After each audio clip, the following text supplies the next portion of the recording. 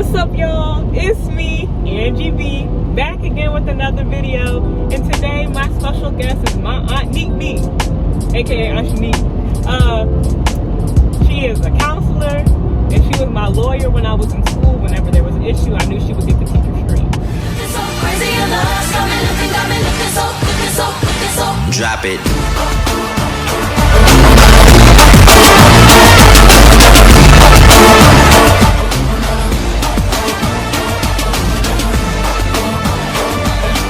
So today it's just going to be like a drive with me and a Q&A with my aunt. I'm going to ask her a couple of questions. She doesn't know what the questions are, so it's going to be coming straight off the dome. So let's get started. I'm scared. I don't know what to expect. Okay, so it's not hard questions, y'all. But it's going to be some interesting ones. So I think a good one to start out with is, Shanique, what kind of guy do you see me with in the future? Oh, see? Okay. All right. That's not about me. That's about you. One, I feel like he needs to know Jesus Christ. Not just, be in the church, but have a spiritual relationship, with him. I think that's first. I think that's going to be the number one factor. I think that's very important because that's important to you. And so that's number one. Someone that's driven, someone that's kind, someone who's goal-oriented, someone who has a great sense of humor, who doesn't mind laughing and embraces your silliness and your creativity, and somebody who's really in your corner, who supports you, who encourages you. If he's not doing that, then nope, keep it moving. So that's who I see. Yeah. High standards. High standards, because they gotta be what? High maintenance. She's repping the brand, y'all. Y'all go see. I'm gonna drop the link to the website in the bio. Alright, question number 2. How much money does a person need to love life? So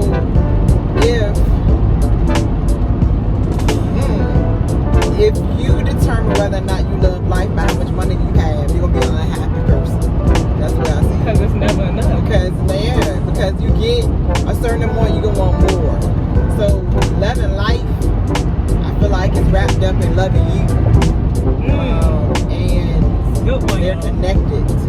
So of course, financial having money is good. Being financially stable is wonderful. It's great, but that should not be tied to your happiness. I just don't think so, because there might be a time when you don't have it, and so your happiness, your loving life, has to come from within. It has to, because material things can come and go, but your joy is something that is priceless. You can't put a price on it. You can't put, that's the thing. I feel about that. Question number 3. What do you like about your generation? Oh, the 40-somethings. That we grew up during the 90s. Hey, class of 96 represents. Okay. But I can remember there were several TV shows that show black people in a positive way. Yeah, I love the 90s shows. So I can think, the first thought goes to a different world. Of course, the Cosby Show. I ain't getting to Bill Cosby, all that drama. But what it represented, and then with a different world. Matter of fact, I just ordered some Hillman sweatshirts for us. But it made me want to go to college. It made me want to, have a family and set goals and work hard. So seeing those images is something that I think, we grew up with. And also, Brenda and I were talking about this recently. I remember being at school for many hours. Like after school, I feel like we got out of school like 3 or whatever, but we were there until 6:30, catching the activity bus home in the dark. But we were at school for an extended amount of time, and there were adults there, teachers, teacher assistants, who gave their time. I was in a club called TSA, and so Coach Baer, he was there all the time. And so, and as an educator, I understand now how much time that they gave us for free. I'm sure they didn't get, stipends for all of those programs that they had for us in high school, but just giving time. So I appreciate that. So I hope I answered the question. Yeah, you did. I think, so those are some things I can remember from growing up in my childhood that I think helped shape me and mold me. Okay. So your answer actually goes into the next question. Okay. What is your dream job, or do you think you're doing your dream job? I think what I'm doing now is a part of me, but it's not all of me.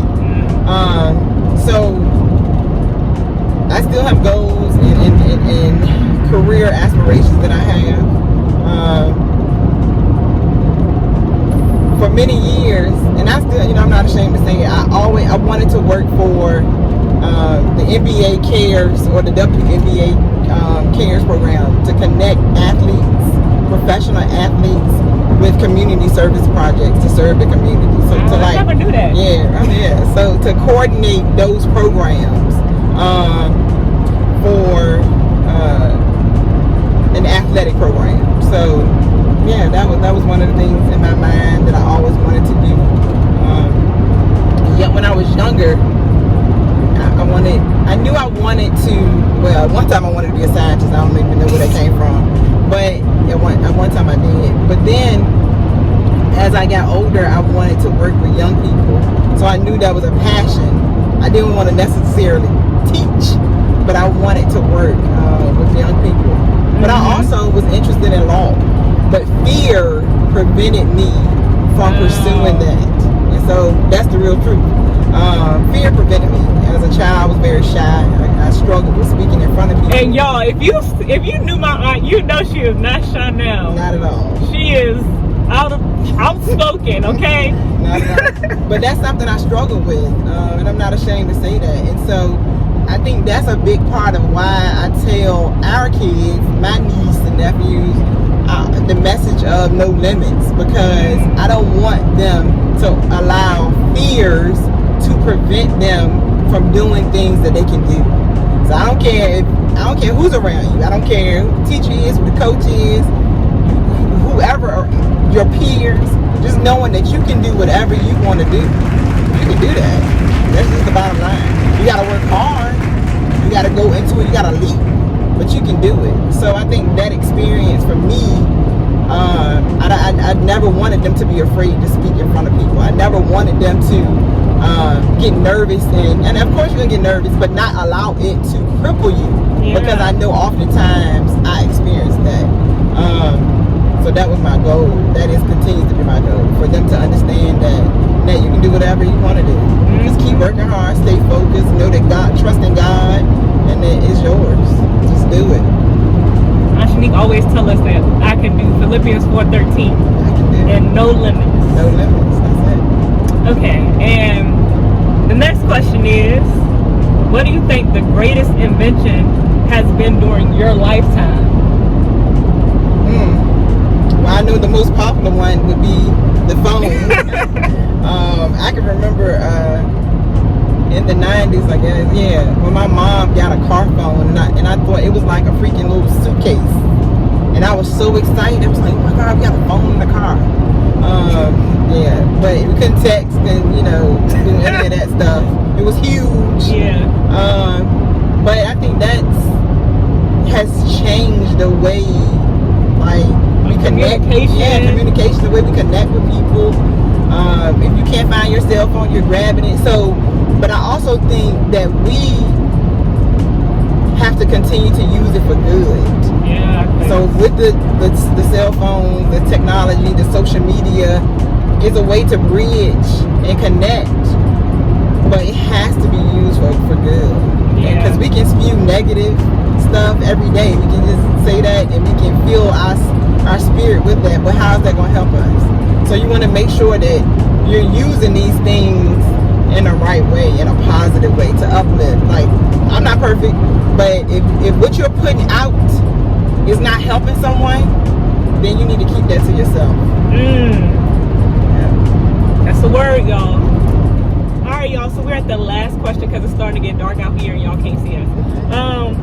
But what is the hardest thing about being an adult? So I'm about to be in the real world. I just turned 21, and right now I'm a grown child.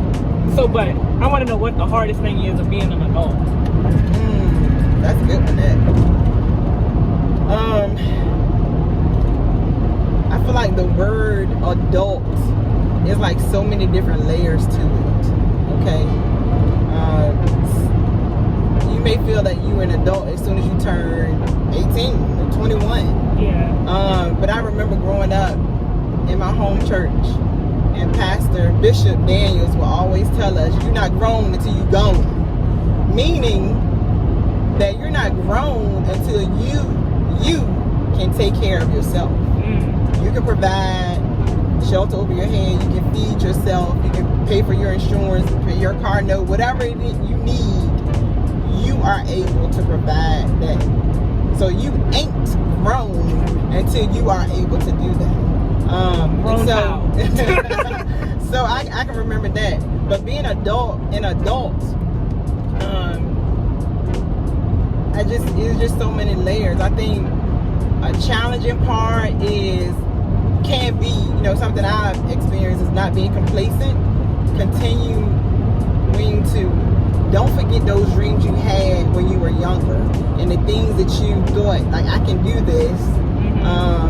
Or even things that you doubted yourself about, like becoming a lawyer. I'm not saying I'm going to law school, but the things you doubted yourself about and growing so that you won't repeat that. So if there are things I want to do now in my life, then I'm not going to allow that Oceanique that was fearful to say, you can't do that.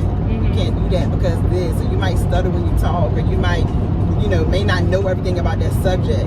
So being an adult, I think you have to remember that you are still constantly growing. You don't know everything. I don't care how old you are. And you can learn from anybody. And make sure that you are open to learn from others. And I think it's important to make positive connections with people. We are not the same. We're all different.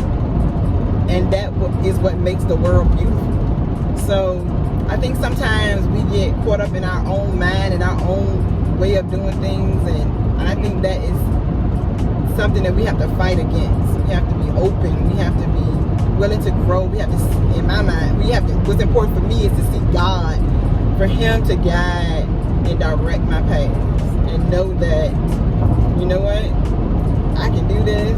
I'm okay. He got my back, my front, my side, and it's gonna be all right. So I think just not settling, not thinking because you made mistakes in the past that you can't reinvent yourself because you're a certain age. Okay. I think the mind, keeping your mind. So the hardest thing is keeping our mind. Yes, in the right frame of mind. Okay, got you. Maybe I said that all around. Yeah, I was like, this is advice, great advice. Yeah. But like, what is the hardest thing? Yeah. I avoided the question. Yes. Okay. I was expecting like maybe you to say bills or. Because I feel like as long as you live, like I'm gonna have a light bill, electricity bill. I'm gonna have to. We have to provide for ourselves and our family. So keeping a positive mindset. Your mindset can help you do any of that. Got you. I think because your mind is your power. Words from my big cousin. 2018 graduation. That's right. So yes.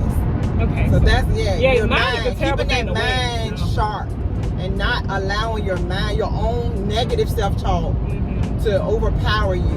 So I think that that can be, because as you get, like I'm in my 40s now.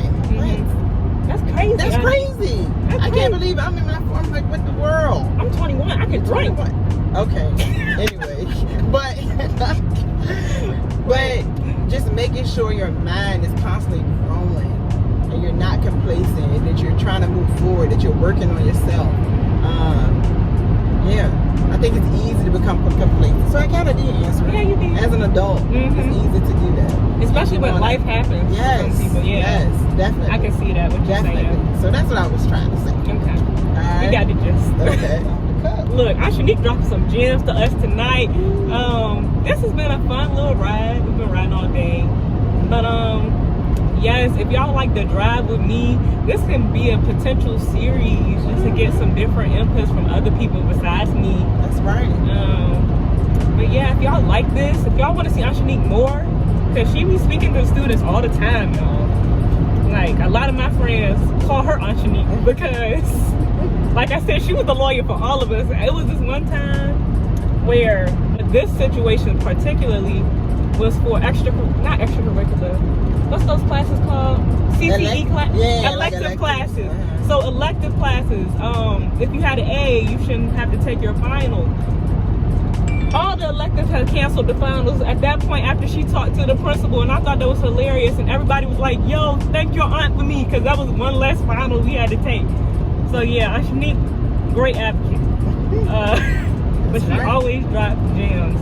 But if y'all like this video, you know, like down below, comment down below if y'all want to see more videos like this. It's getting dark and you can't see us a lot. But yeah, I'll see y'all soon.